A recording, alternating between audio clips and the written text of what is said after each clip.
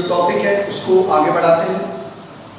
Last class तक हमने company के जो शेयर्स, उनकी डेफिनेशंस, उनकी टाइप्स और जो शेयर्स हमारे इनके प्रेफरेंस शेयर्स हैं उनके डिफरेंसेस के बारे में हमने डिस्कस किया। आज हम अपने टॉपिक्स को आगे बढ़ाते हुए आज हम डिस्कस करेंगे शेयर कैपिटल के बारे में।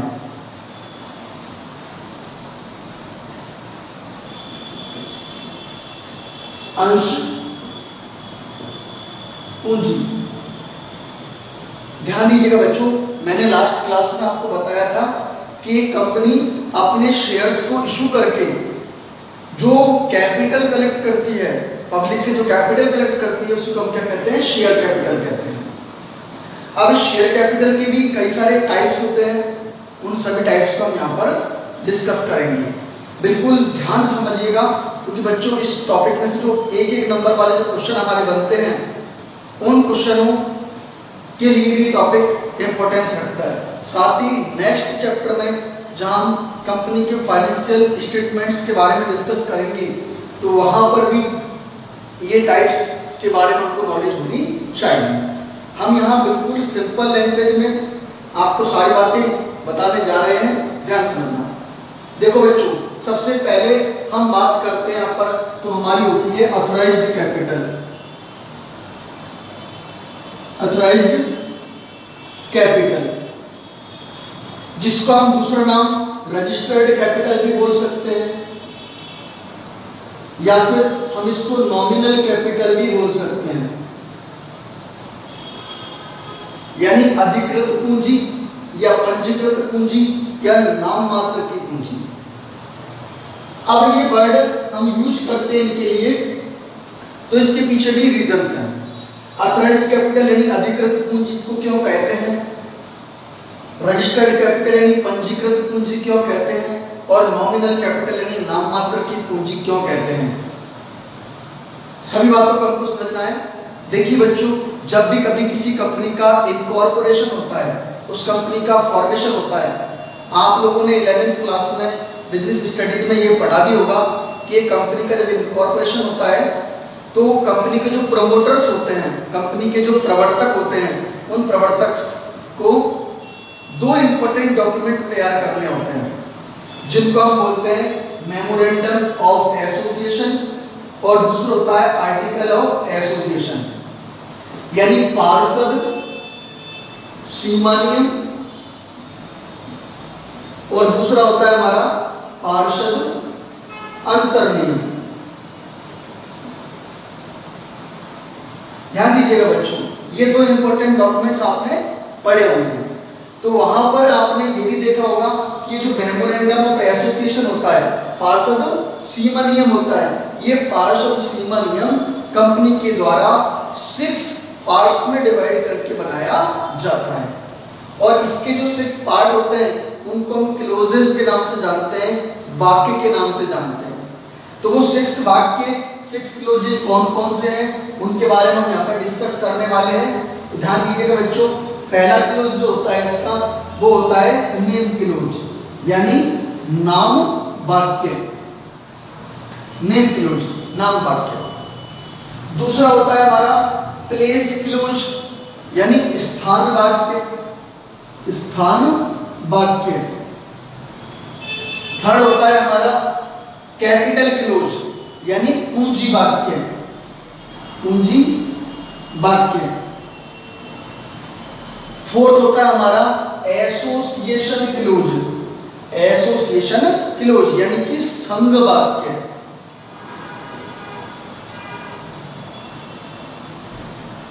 पांचवा होता है हमारा ऑब्जेक्टिव क्लोज, यानी उद्देश्य वाक्य।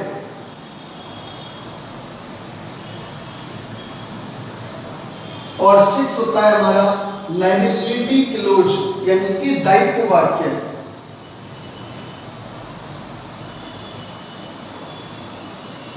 ध्यान दीजिएगा बच्चों, जो पार्षद सीमा नियम होता है, मेमोरेंडम ऑफ एसोसिएशन होता है, वो हमारा 6 पार्ट्स में डिवाइड होता है। Name clause, place clause, capital clause, association clause, objective clause and liabilities clause. इन सभी पार्ट्स में इनके सबके अपने अपने ऑब्जेक्टिव होते हैं, सबके अपने अपने उद्देश्य होते हैं।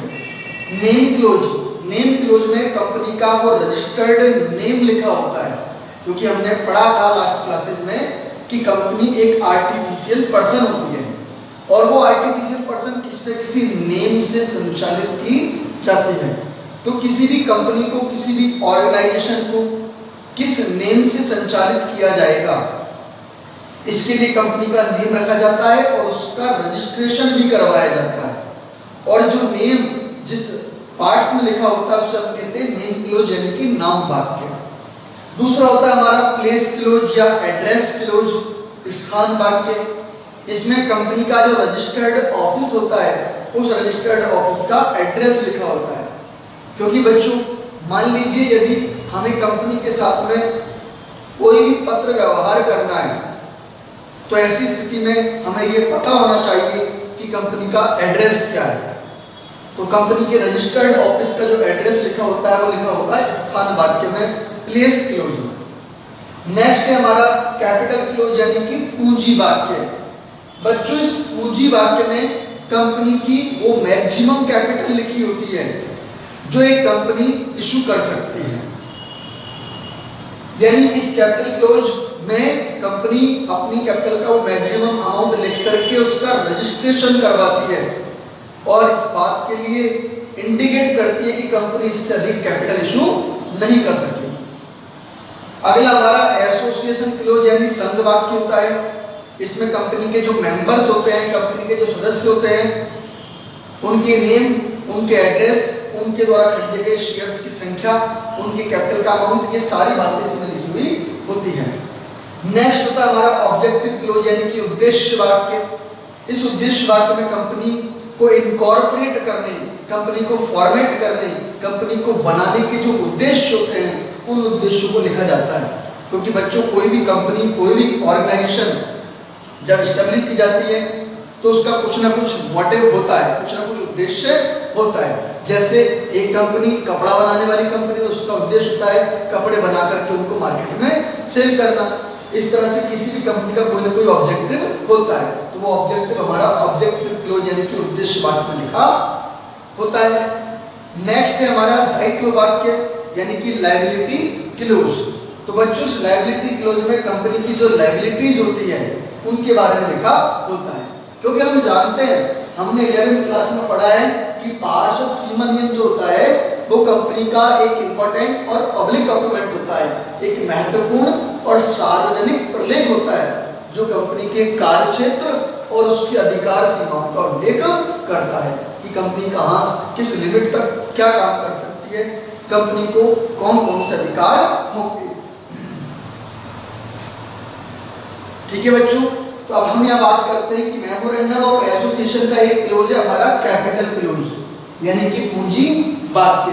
अभी हमने बात की थी इस पूंजी वाक्य में कंपनी की वो कैपिटल लिखी होती है जिसके साथ में कंपनी अपना रजिस्ट्रेशन करवाती है और इस बात को इंडिकेट करती है कि कंपनी मैक्सिमम अपनी कैपिटल इशू करेगी। ठीक है बच्चों, तो यहाँ पर हमको ध्यान देने वाली बात है, हम कंपनी की कैपिटल के टाइप पढ़ रहे हैं। तो जो पहली कैपिटल हमने बात की अथॉराइज्ड कैपिटल, ये जो कैपिटल क्लोज में जो कैपिटल लिखी होती है उसी को हम अथॉराइज्ड कैपिटल कहते हैं। कंपनी का जब रजिस्ट्रेशन होता है तो उस टाइम पर इस कैपिटल का भी रजिस्ट्रेशन होता है, इसलिए इसको हम रजिस्टर्ड कैपिटल भी कहते हैं। ठीक है, तो यहाँ पर हम इसकी डेफिनेशन अगर बनाएं तो डेफिनेशन के लिए हम कह सकते हैं कि कंपनी की कैपिटल का वो मैक्सिमम पार्ट जो कंपनी के मेमोरेंडम ऑफ एसोसिएशन कि कैपिटल क्लोज में लिखा होता है, जिससे अधिक कंपनी इशू नहीं कर सकती, उसे ही हम क्या कहते हैं, अथॉराइज्ड कैपिटल कहते हैं या रजिस्टर्ड कैपिटल कहते हैं या नॉमिनल कैपिटल भी कहते हैं। अब आप सोच रहे होंगे कि सर ये अथॉराइज्ड कैपिटल कहते हैं, ये बात तो हमें समझ में आ रही क्योंकि कंपनी अधिकतम इतनी कैपिटल इशू करने के लिए अधिकृत होती है, अथॉराइज्ड होती है। रजिस्टर्ड क्यों कहते हैं ये भी हमें समझ में आ गया क्योंकि इसी कैपिटल अमाउंट के साथ में कंपनी का रजिस्ट्रेशन होता है। बट सर नॉमिनल यानी नाम मात्र की पूंजी क्यों कहा जाता है? तो बच्चों वैसे हम आगे जब कंपनी की बैलेंस शीट पढ़ेंगे तो वहां आपको प्रैक्टिकली मैं समझाऊंगा। फिलहाल आप इतना समझ लीजिए कि जब हम कंपनी की बैलेंस शीट बनाते हैं तो कंपनी की बैलेंस शीट में इस कैपिटल के अमाउंट को दिखाया तो जाता है, लेकिन जैसे आपने 11th क्लास में कंपनी की बैलेंस शीट पढ़ी तो वहां हमने देखा कि बैलेंस शीट के दोनों साइड के टोटल क्या आते हैं, इक्वल आते हैं। तो इसी तरह से जब कंपनी की बैलेंस शीट हम बनाते हैं तो इस ऑथराइज्ड कैपिटल का जो अमाउंट है उसको हम बैलेंस शीट के दोनों साइड के टोटल के लिए इंक्लूड नहीं करते, इसको शामिल नहीं करते। यानी कि ये कैपिटल कंपनी की बैलेंस शीट में केवल नाम मात्र के लिए लिखी जाती है, दिखाई जाती है, इसीलिए इसको नॉमिनल कैपिटल यानी नाम मात्र की पूंजी भी कहा जाता है। ठीक है बच्चों, चलिए अब हम इसमें एक एग्जांपल लेकर के समझते हुए चलते हैं, इसकी लैंग्वेज को बिल्कुल आसान बनाते हुए चलते हैं। ठीक है, तो इसकी डेफिनेशन हमारी हो गई, maximum amount of companies capital which is disclosed in capital close of memorandum of association of company is known authorized capital or registered capital or nominal capital, right? यानी कि कंपनी की अधिकतम पूंजी जो कंपनी के पार्षद सीमा नियम के पूंजी वाक्य में लिखी होती है उसे ही हम अधिकृत पूंजी, पंजीकृत पूंजी या नाम मात्र की पूंजी के नाम से जानते हैं। ठीक है, अब हम इसके एक एग्जांपल लेकर के समझते हैं कि मान लीजिए कंपनी का रजिस्ट्रेशन हुआ 10 लाख रुपीज की कैपिटल के साथ में। ठीक है, 10 लाख रुपए की पूंजी के साथ में हमने कंपनी का क्या करवाया, रजिस्ट्रेशन करवाया। आगे हम बात करते हैं, अब कंपनी रजिस्ट्रेशन करवा लिया, उसके बाद में कंपनी का जब इनकॉर्पोरेशन हो जाता है तो कंपनी अपने शेयर्स को इशू करती है, जिसके लिए कंपनी एक डॉक्यूमेंट तैयार करती है जिसे हम प्रोस्पेक्टस यानी क्रय विवरण के नाम से जानते हैं, जो क्रय विवरण पब्लिक में इशू किया जाता है कंपनी के द्वारा, ताकि पब्लिक को वो शेयर खरीदने के लिए इनवाइट कर सके। ठीक है, तो उस क्रय विवरण में कंपनी ये घोषणा करती है कि कंपनी कितने शेयर इशू करना चाह रही है। अब देखो बेटा, ये 10 लाख रुपए तो वो मैक्सिमम अमाउंट है जो कंपनी इशू कर सकती है, बट ऐसा तो नहीं है कि कंपनी आते ही स्टार्टिंग में पूरा का पूरा अमाउंट इशू कर दे। ठीक है, तो हम मान लेते हैं कि कंपनी ने 10 लाख रुपीज में से 6 लाख रुपीज 6 लाख रुपए की कंपनी ने कैपिटल को इशू करने के लिए प्रोस्पेक्टस में घोषणा कर दी। तो यहाँ पर इसके दो हिस्से हो गए हमारे, कितने हिस्से हो गए, 2 हिस्से हमारे यहाँ पर इसके निकल करके आ जाते हैं। एक तो 6 लाख रुपीज का अमाउंट है हमारा और दूसरा बचा हुआ 4 लाख रुपीज का अमाउंट है। ध्यान दीजिएगा बच्चों, 6 लाख रुपीज का तो वो अमाउंट है जो कंपनी इशू करना चाह रही है, इसलिए इसको बोलेंगे इशूड कैपिटल। इशूड कैपिटल यानी निर्गमित पूंजी। और दूसरा जो 4 लाख रुपीज का अमाउंट है जो कंपनी इशू नहीं करना चाह रही है उसको हम बोलेंगे अनइशूड कैपिटल। अनइशूड कैपिटल, अनिर्गमित पूंजी। ठीक है बच्चों, अब देखिए कंपनी 6 लाख रुपए की कैपिटल इशू करना तो चाह रही है। मान लीजिए मैं डस्टर बनाने का काम करता हूं, मैं इस साल 1000 डस्टर बेचना चाहता हूं, बट मेरे चाहने से क्या होने वाला है, अब डिपेंड करता है कस्टमर मेरे पास कितने आते हैं, वो कितना खरीदना चाहते हैं। ठीक है, तो उसी हिसाब से कंपनी 6 लाख रुपीज के शेयर इशू करना चाहती है, बट अब मान लेते हैं कि इनमें से केवल 5 लाख रुपीज के लिए ही पब्लिक ने एप्लीकेशन दिए, यानी कंपनी के जो 6 लाख के शेयर है उनमें से 5 लाख के जो शेयर्स हैं उनको जनता खरीदने को तैयार है, 1 लाख रुपीज के शेयर्स को जनता खरीदने को तैयार नहीं है।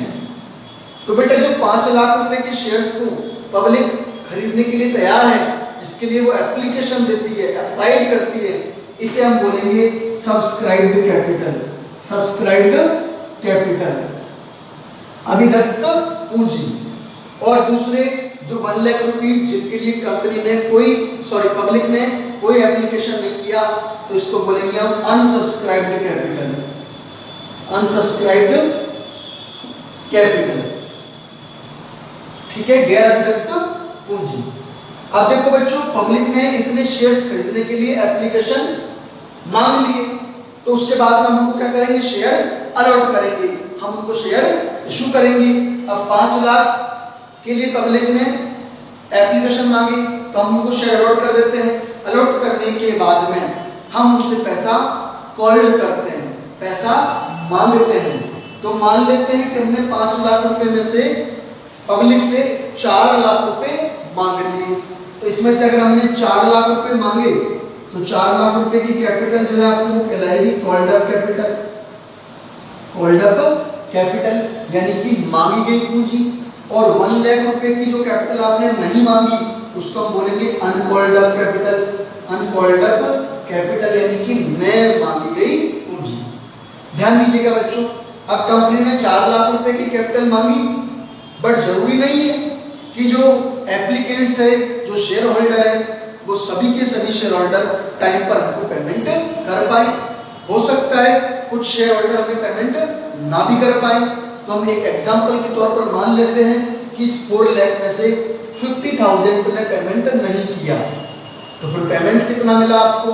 तो पेमेंट मिला हमें 3,50,000 रुपीज का, और 50,000 का हमें पेमेंट नहीं मिल पाया। तो जो पेमेंट आपको मिल गया, जो amount of companies capital share holders के द्वारा पेड कर दिया गया है, उसे हम बोलेंगे पेड अप कैपिटल। क्या बोलेंगे बेटा उसे? Paid up capital, right. और जो अमाउंट कंपनी ने मांगा तो है, कॉल्ड अप तो किया है, बट शेयर होल्डर्स ने अभी तक उसको पेड नहीं किया, इसे हम बोलेंगे अनपेड अप कैपिटल या फिर calls in arrear, calls in arrear यानी कि बकाया मांग। ठीक है बच्चों, यहां तक की सारी बातें हैं। अब हम इनकी सबकी डेफिनेशन के बारे में समझते हैं। देखिए, हम इनको सबको एग्जांपल के तौर पर इसलिए समझ रहे हैं, मैं चाहता तो आपको इन टाइप्स के बारे में डायरेक्टली बता देता हूँ, बट अगर हम इनको प्रैक्टिकली समझेंगे तो थ्योरेटिकल बातों को याद रखना हमारे लिए बहुत आसान होगा और हम कभी भी इनको नहीं भूल पाएंगे। ठीक है बच्चों, तो देखिए, ऑथराइज्ड कैपिटल की डेफिनेशन हमने पढ़ी ली थी, समझ ली थी। उसके बाद में ऑथराइज्ड कैपिटल के 2 पार्ट निकल करके आए, इशूड कैपिटल और अनइशूड कैपिटल। अब इनकी डेफिनेशन बनाना हमारे लिए बहुत आसान है।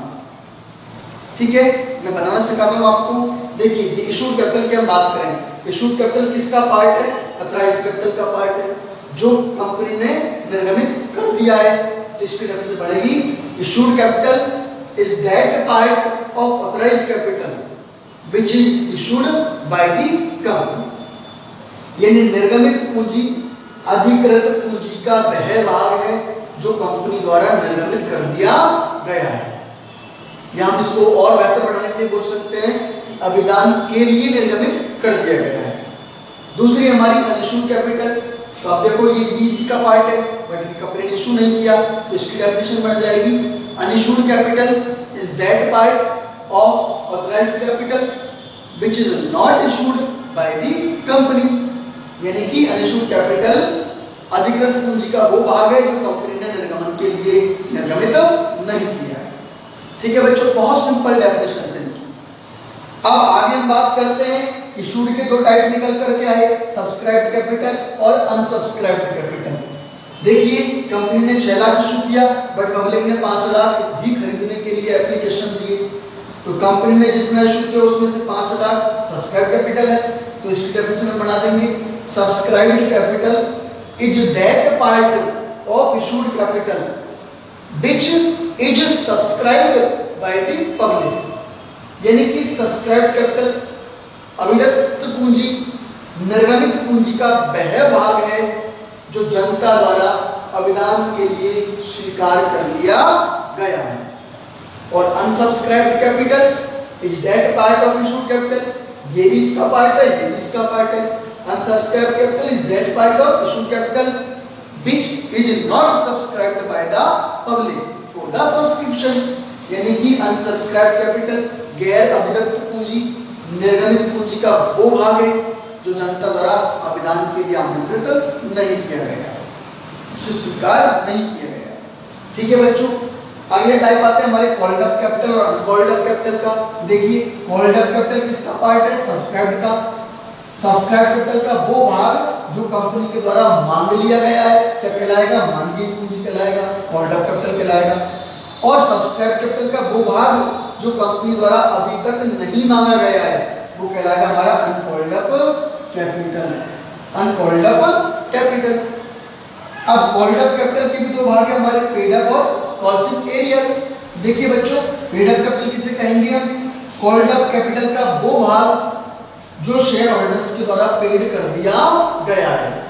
Paid up capital is that part of called up capital which is paid by the share holders.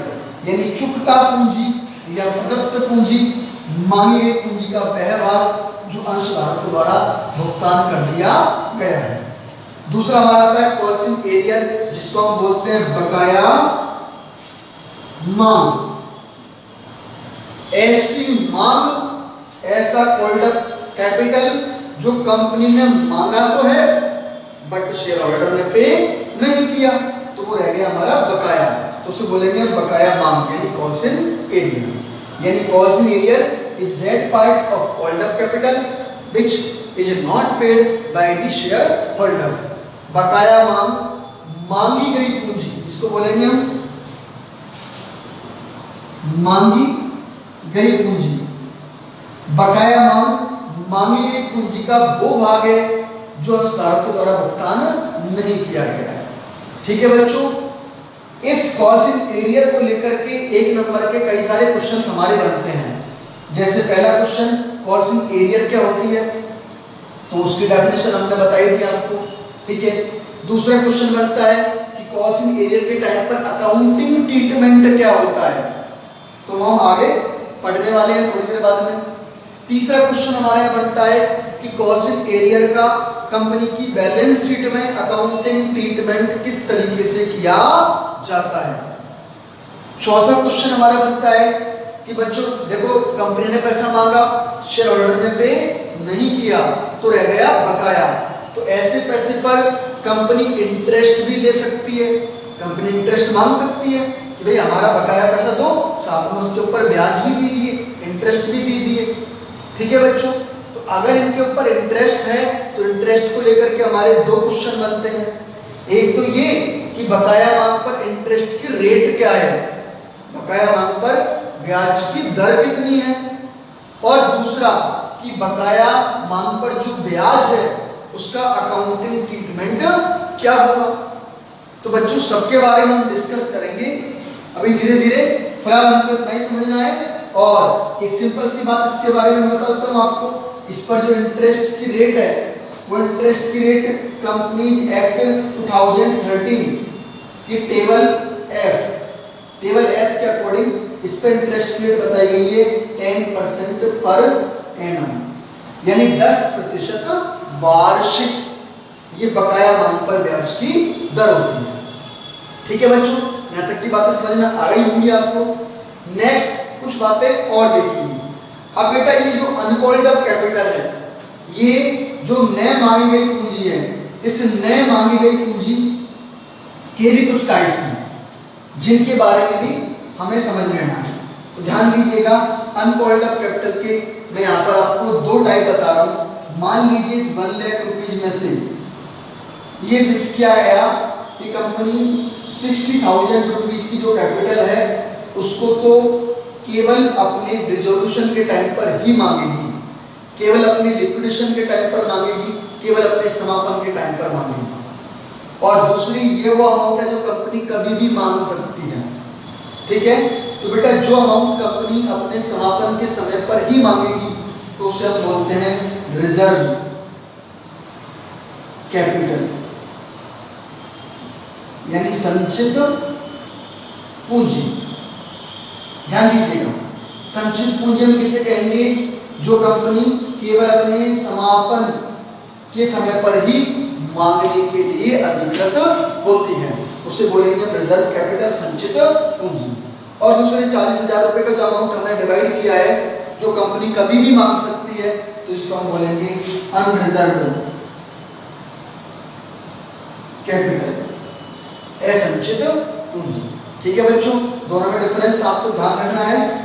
अगर कंपनी कोई हम बात करें सब्सक्राइब कैपिटल का, सॉरी अनकॉल्ड अप कैपिटल का वो पार्ट, अनकॉल्ड अप कैपिटल का वो पार्ट जो कंपनी लिक्विडेशन के टाइम पर ही मांगेगी तो उसे हम रिजर्व कैपिटल कहेंगे, और कभी भी मांग सकती है तो अनरिजर्व कैपिटल कहेंगे।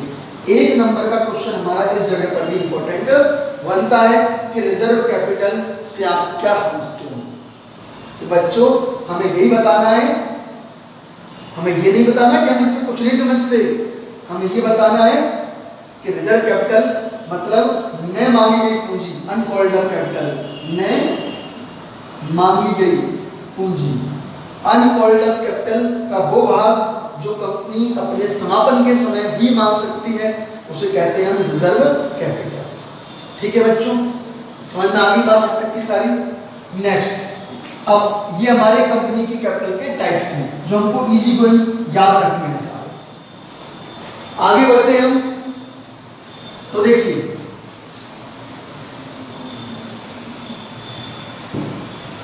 अब हम बात करते हैं कि कोई भी जो कंपनी होती है वो कंपनी अपने शेयर्स को इशू करती है, तो वो किस तरीके से इशू करती है, क्या उसका प्रोसेस होता है, क्या सिस्टम होते हैं, तो हमको उसके बारे में समझना है और यहीं से हमारा प्रैक्टिकल पोर्शन स्टार्ट हो जाता है। ठीक है बच्चों, ध्यान दीजिएगा।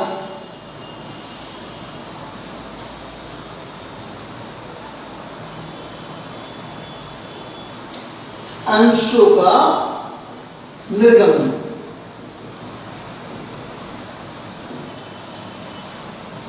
बच्चों अंशों का जब निर्गमन करती है कंपनी तो यहाँ पर हमको दो बातें समझनी है जिनमें बच्चे कई बार कंफ्यूज होते हैं। हमको बिल्कुल क्लियरली उनको समझना है, कंफ्यूजन वाली कोई भी बात हमें नहीं है। क्या क्या है, तो पहली बात, एक तो ये कंपनी के जो निर्गमन है उस निर्गमन का उद्देश्य यानी ऑब्जेक्टिव्स क्या है, और दूसरा है कंपनी के निर्गमन के टाइप्स यानी इसके प्रकार क्या है। बच्चे कई बार इन दोनों को लेकर कंफ्यूज होते हैं कि ये टाइप है या ये टाइप है। ठीक है, तो मैं आपको बिल्कुल क्लियर समझाता हूँ, इस बात को कोई कंफ्यूजन नहीं है, सिंपल है, ध्यान रखो। कंपनी जो इशू करती है, अंशों का निर्गमन करती है, तो उसके उद्देश्य क्या होते हैं और कंपनी के निर्गमन के प्रकार क्या होते हैं, उन दोनों के बारे में हमको समझना है। ठीक है, तो देखिए ऑब्जेक्टिव कंपनी के निर्गमन के दो होते हैं। कितने होते हैं? दो। पहला होता है issue of shares for cash, नगद के लिए निर्गमन, नगद के लिए निर्गमन। और दूसरा होता है issue of shares for other than cash. समझ में आ गया होगा आपको, नगद के अतिरिक्त निर्गमन। ठीक है बच्चों, बिल्कुल इजी वन समझिए, ये दो ऑब्जेक्टिव हैं। कई बार बच्चे कंफ्यूज होते हैं, एग्जाम में मान लो क्वेश्चन पूछ लिया कि कंपनी अपने शेयर कितने प्रकार से इशू कर सकती है, कितने प्रकार से इशू कर सकती है, तो कई बार बच्चों ये लिख देते हैं कि नगद के लिए निर्गमन और नगद के अतिरिक्त प्रतिफल के लिए निर्गमन। ना, ये इसके प्रकार नहीं है, ये इसके ऑब्जेक्टिव्स हैं। तो सर प्रकार कौन कौन से हैं? तो अगर आपसे एग्जाम में प्रकार पूछे जाए, टाइप पूछे जाए, कंपनी अपने शेयर्स को निर्गमन किस तरीके से कर सकती है, कितने प्रकार से कर सकती है, तो बेटा यहाँ भी आपको दो प्रकार याद रखने हैं। एक है हमारा एट पार और दूसरा है हमारा एट प्रीमियम।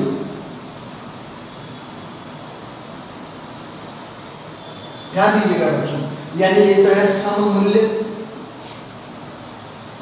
पर निर्गमन और दूसरा है प्रीमियम पर निर्गमन। ठीक है बच्चों, ये इसके प्रकार हैं और ये इसके ऑब्जेक्टिव्स हैं। बिल्कुल कंफ्यूज होने की जरूरत नहीं है, क्लियर माइंडेड आपको रहना है। अगर एग्जाम में प्रकार पूछे जाए तो ये दोनों आपने लिखने हैं और ऑब्जेक्टिव पूछे जाए तो ये दोनों आपने लिखने हैं। ठीक है, अब देखिए कुछ इंपॉर्टेंट बातों का हम समझते हैं। ऑब्जेक्टिव में पहला issue of share for cash, नगद के लिए इशू।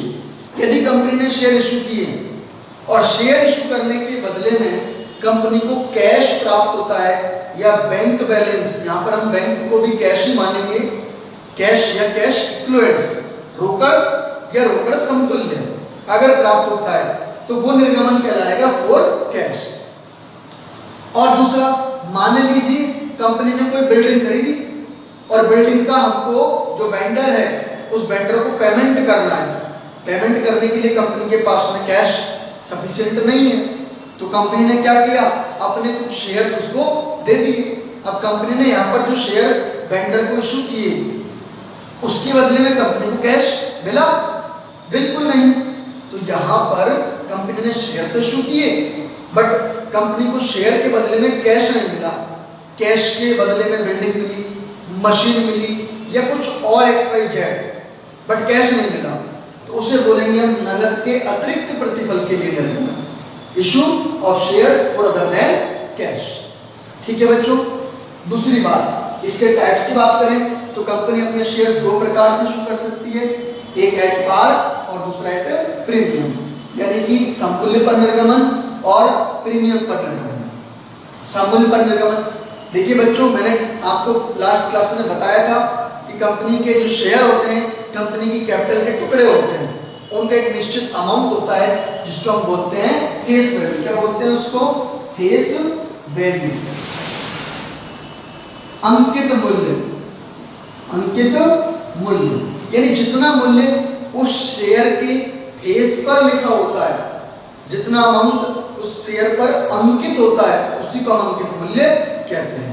जैसे हम एक एग्जांपल के तौर पर मान लेते हैं कि ये हमारा एक शेयर है, शेयर का सर्टिफिकेट है, और इसके ऊपर लिखा हुआ है ₹1000, 1000, तो इसकी फेस वैल्यू कितनी मानी जाएगी?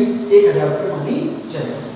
अब अगर कोई कंपनी है तो 1000 रुपये के शेयर को 1000 रुपये में ही इशू करती है, यानी फेस वैल्यू और इशू प्राइस दोनों यदि बराबर आते हैं तो वो बोला जाएगा सममूल्य पर निर्गमन। जब फेस वैल्यू बराबर होती है इशू प्राइस की, अंकित मूल्य निर्गमित मूल्य के बराबर होता है। 1000 रुपये का शेयर है और कंपनी जनता को भी इसको कितने में दे रही है? 1000 रुपये में ही दे रही है, तो कहा जाएगा कंपनी ने सममूल्य पर निर्गमन किया है, कंपनी ने एट पार निर्गमन किया है। दूसरा है एट प्रीमियम, प्रीमियम पर निर्गमन। बच्चों प्रीमियम का मतलब होता है एक्स्ट्रा, ज्यादा, और वैसे भी प्रीमियम को हिंदी में बोलते हैं पगड़ी। जो हम देखते हैं हमारे बुजुर्ग लोग सिर पर पगड़ी बांधते हैं, तो पगड़ी एक तरीके से सिर का साइज बढ़ा देती है, उसी तरीके से ये भी क्या है? पगड़ी है, एक्स्ट्रा अमाउंट है। यानी कि हम समझे इसको कि 1000 रुपये का शेयर है और कंपनी इस 1000 रुपये के शेयर को 1000 रुपये से ज्यादा में इशू करती है, 1100 रुपये में इशू करती है, 1200 में करती है, 1500, 2000, 3000, 50,000, कितने में भी, यानी कि निर्गमित मूल्य अंकित मूल्य से ज्यादा है, तो वो कहलाएगा इशू एट प्रीमियम। यानी कि हम बोल सकते हैं कि जब फेस वैल्यू कम होती है और इशू प्राइस ज्यादा होती है तो उसे बोला जाएगा प्रीमियम पर निर्गमन। ठीक है बच्चों, ध्यान दीजिएगा, कंपनी एक्ट हम पढ़ रहे हैं इस समय, कंपनी एक्ट 2013। आपको जानकारी के लिए मैं बता दूं कि 2013 से पहले हमारे इंडिया में कंपनी एक्ट चलता था 1956। और जब कंपनी एक्ट 1956 चला करता था तो उस टाइम पर यहाँ पर जो शेयर के इशू के टाइप थे वो 1 और 2 न होकर के 3 टाइप हुआ करते थे। एक टाइप और होता था, वो होता था इशू एट डिस्काउंट, यानी बढ़ते पर निर्गमन, बढ़ते पर निर्गमन। ठीक है बच्चों, लेकिन कंपनी एक्ट 2013 में ऐसा प्रावधान किया गया कि कोई भी कंपनी अपने शेयर्स को डिस्काउंट पर इशू नहीं कर सकती। डिस्काउंट पर इशू का मतलब है कि कंपनी अपने शेयर्स को फेस वैल्यू से कम पर इशू करती है। जैसे 1000 रुपये का शेयर है, उसको कंपनी 950 रुपये में, 900 रुपये में, 800 रुपये में, 500 रुपये में इशू करती है, तो वो इशू एट डिस्काउंट कहलाएगा। लेकिन कंपनी एक्ट 2013 में ये कह दिया गया कि कोई भी कंपनी डिस्काउंट पर शेयर इशू नहीं कर सकती। ये कहा गया है कंपनी एक्ट 2013 सेक्शन 53। कंपनी अधिनियम 2013 की धारा 53 में इस बात को कहा गया है कि कंपनी डिस्काउंट पर शेयर इशू नहीं कर सकती। लेकिन इसी एक्ट की सेक्शन 54 में एक एक्सेप्शनल बात है, एक अपवाद स्वरूप बात कही गई है और वो क्या कहा गया है, वो ये कहा गया है कि कंपनी नॉर्मली अपने शेयर्स डिस्काउंट पर इशू नहीं कर सकती, लेकिन एक है हमारे sweat equity shares, sweat equity shares. इन स्वेट इक्विटी शेयर्स जो होते हैं उनको डिस्काउंट पर इशू किया जा सकता है। ये इंपॉर्टेंट बात भी आपको ध्यान रखनी है। नॉर्मली कंपनी डिस्काउंट पर शेयर इशू नहीं करती, बट एक कंपनी अपने शेयर्स को अगर वो स्वेट इक्विटी शेयर्स हैं तो डिस्काउंट पर इशू कर सकती है। अभी स्वेट इक्विटी शेयर्स क्या होते हैं, इनके बारे में हम अभी कुछ दिनों बाद में पढ़ेंगे, सब बातें आपको समझाई जाएगी। फिलहाल आप इतना समझ लीजिए कि स्वेट का मतलब होता है बेटा पसीना। कंपनी के एम्प्लॉयज होते हैं, कंपनी के डायरेक्टर्स होते हैं, वो कंपनी के लिए मेहनत करते हैं, पसीना बहाते हैं और कंपनी को कुछ ऐसी चीजें ला करके देते हैं, कुछ ऐसी टेक्नोलॉजी ला कर देते हैं जिससे कंपनी को बहुत अच्छे लेवल पर बेनिफिट्स होते हैं। तो उसके बदले कंपनी खुश होती है और कंपनी खुश होकर के उनको शेयर्स इशू करती है, जिन्हें हम बोलते हैं स्वेट इक्विटी शेयर्स। इनके बारे में हम डीपली बातें बाद में करेंगे, क्योंकि हमको कई सारी बातें पढ़नी है, स्टेप बाय स्टेप सारी बातों को समझते हुए आगे चलेंगे। तो फिलहाल आपको यहाँ ध्यान रखना है, अगर आपसे बोर्ड एग्जाम में क्वेश्चन पूछा जाए कि क्या एक कंपनी अपने शेयर्स को डिस्काउंट पर इशू कर सकती है, तो हम बोलेंगे नहीं, एक कंपनी अपने शेयर्स को डिस्काउंट पर इशू नहीं कर सकती, but company sweat equity shares को डिस्काउंट पर इशू कर सकती है। क्वेश्चन है दूसरा भी बना जा सकता है कि किस प्रकार के शेयर्स को कंपनी डिस्काउंट पर इशू कर सकती है, तो वो होते हैं हमारे स्वेट इक्विटी शेयर्स। ठीक है बच्चों, तो आज मैंने आपको कंपनी की शेयर कैपिटल के टाइप्स और कंपनी के जो इशू है उस इशू के ऑब्जेक्टिव्स क्या हैं और उसके टाइप्स क्या है उनके बारे में बताया। कल हम इनके अकाउंटिंग ट्रीटमेंट्स के बारे में पढ़ना शुरू करेंगे। एक इंपॉर्टेंट बात है बच्चों, देखिए इस टाइम पर मैक्सिमम क्या सभी बच्चों की ऑफलाइन क्लासेज बंद है, तो इन दिनों में मैक्सिमम बच्चे जो है अपने स्कूल्स के माध्यम से या किसी और माध्यम से ऑनलाइन स्टडी कर रहे हैं। तो यहाँ आपको भी ऑनलाइन स्टडी करवाने का प्रयास किया जा रहा है। मैं आपसे गुजारिश करूँगा कि बहुत कम टाइम पीरियड की हम वीडियो बना रहे हैं, केवल 30 to 40 मिनट्स, तो आप इसको ध्यान से समझिए और घर पर पढ़ते चलिए, क्योंकि बच्चों टाइम लिमिट हमारी लिमिटेड है। आगे चल कर के आपकी जब भी 12th बोर्ड की एग्जाम होगी उसका टाइम फिक्स रहेगा, तो क्यों ना हम धीरे धीरे थोड़ा थोड़ा जितना कुछ हम समझ सकें समझें। घर पर भी वैसे हम कोई टाइम को फालतू यूज करें, उससे बढ़िया है कि 40 मिनट 50 मिनट हम अपने टाइम अपनी स्टडी में कंज्यूम करें। हम अगर अपने मोबाइल से इस वीडियो को देखेंगे तो हमें कुछ तो समझ में आएगा, और कुछ जो समझ में आएगा वो हमारी रिविजन में मदद करेगा। और हो सकता है कि कई सारी बातें हमें समझ में आ जाए, ताकि हम इस वीडियो को देखने के बाद अपनी टेक्स्ट बुक को आसानी से समझ सकें। ठीक है बच्चों, तो कल से हम इनके प्रैक्टिकल पोर्शन को स्टार्ट करेंगे, तैयार रहिएगा। और अब तक की जो बातें मैंने आपको समझाई है उनको सभी को ढंग समझना। अगर किसी भी तरह का डाउट लगता है तो नीचे कमेंट बॉक्स में लिख करके जरूर बताएं। और किसी बच्चे ने यदि पहले वाली वीडियो नहीं देखी है तो वो जरूर देखें, ताकि आगे के सारे कॉन्सेप्ट्स को हम बड़ी आसानी से समझते हुए आगे बढ़ते चले जाएं। ठीक है बच्चों, थैंक यू सो मच।